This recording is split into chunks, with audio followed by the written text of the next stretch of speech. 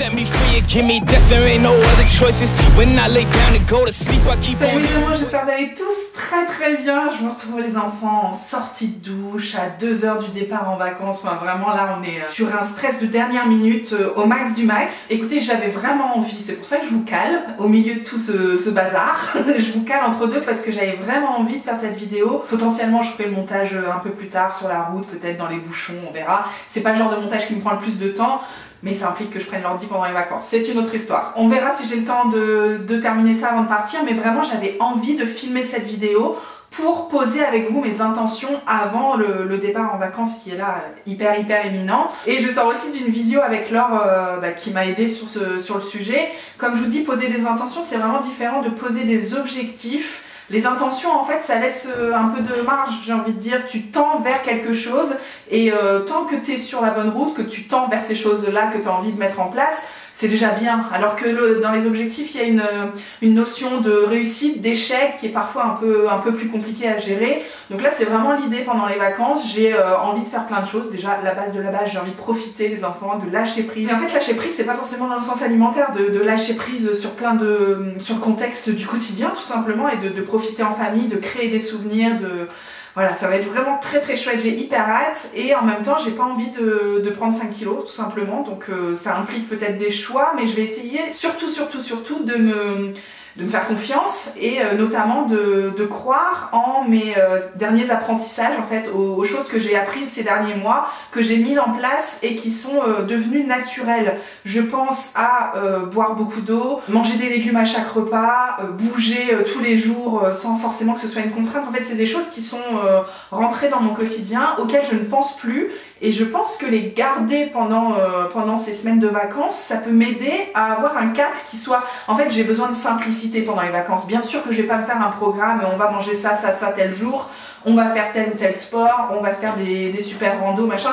J'ai pas de programme. Donc effectivement, je mise à fond sur la simplicité, sur les choses qui font déjà partie de moi et qui sont pas contraignantes à mettre en place, je vous l'ai déjà dit. Donc parmi toutes ces choses-là, on va essayer de bouger tous les jours. Alors bien sûr, j'emmène pas le rameur avec moi et de toute façon, c'est pas plus mal parce que j'ai besoin, je pense, de faire d'autres choses. Donc j'aurai ma tenue de sport, j'aurai plusieurs brassières pour pouvoir faire des petites choses tous les jours, notamment, je sais pas, peut-être courir 20 minutes, peut-être faire des squats, des abdos, la planche, la chaise. Ça, c'est des choses aussi qu'on peut faire tous les trois avec Emma. Elle adore et puis elle est hyper partante et du coup c'est facile à intégrer ça le matin avec elle, donc je pense que je vais faire ça, on verra, on en reparlera.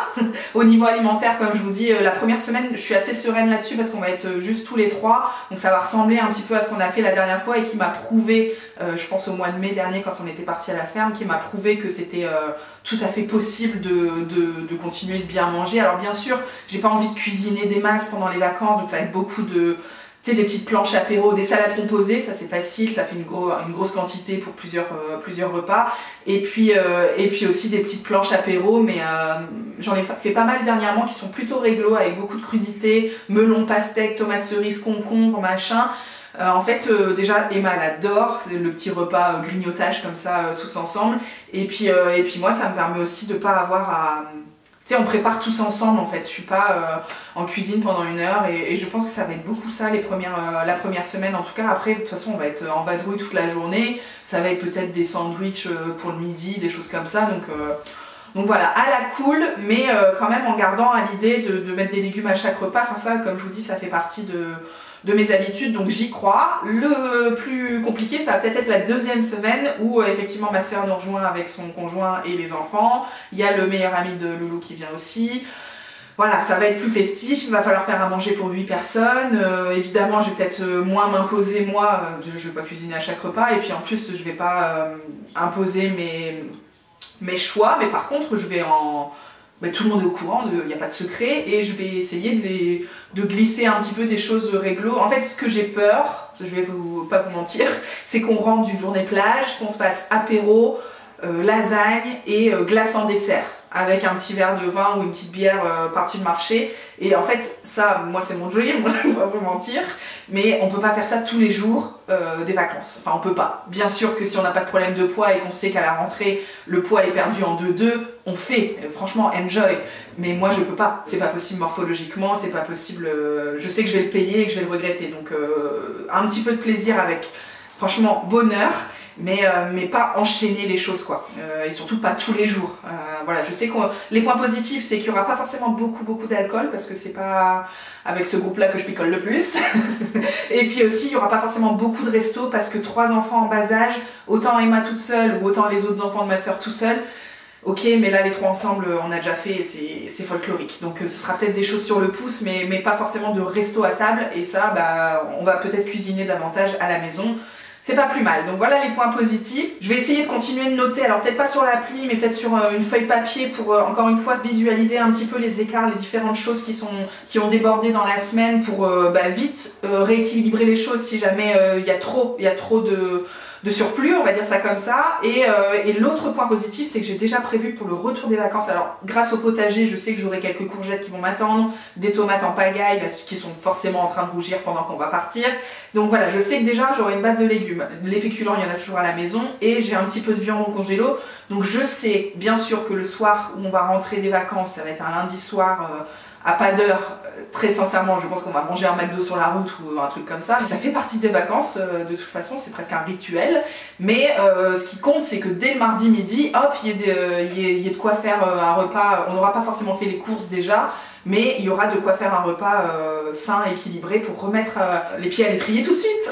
Voilà mes intentions les vacances les enfants, j'espère que ça vous parle et que peut-être vous avez envie de me partager les vôtres. Qu'est-ce qu'on va évidemment peut-être se balader davantage que ce que je fais ici dans le contexte. Alors je me suis plus baladée en juillet que dans les autres mois de l'année. D'ailleurs j'ai trouvé que le mois de juillet, avec un petit peu de recul là, il était plus compliqué que quand t'es dans le stress du boulot et tout. Je trouve que je perds plus facilement du poids quand j'ai beaucoup de taf, qu'on a le rythme de la crèche, qu'on a notre emploi du temps plus chargé et tout. Là j'ai quand même vachement ralenti et ça laisse place à des débordements. C'est bizarre mais c'est plus compliqué quand t'es serein que quand t'es stressé.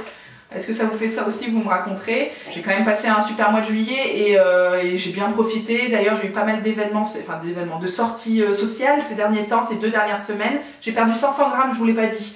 J'ai perdu 500 grammes que j'avais perdu en fait la première des 2 semaines. Là en l'occurrence cette dernière semaine j'ai rien perdu du tout. Donc voilà, 500 grammes sur 2 semaines c'est parfait. J'arrive à un total de 100,8. J'aurais pas passé la barre des 100 avant les vacances. Mais franchement c'est très bien vu le contexte. Comme je vous dis, j'ai passé un mois de juillet où j'ai quand même été beaucoup malade. Et la deuxième partie j'ai été moins malade. Donc du coup je suis davantage sortie. Mais j'ai toujours fait des bons choix. On a fait un resto avec l'équipe au boulot.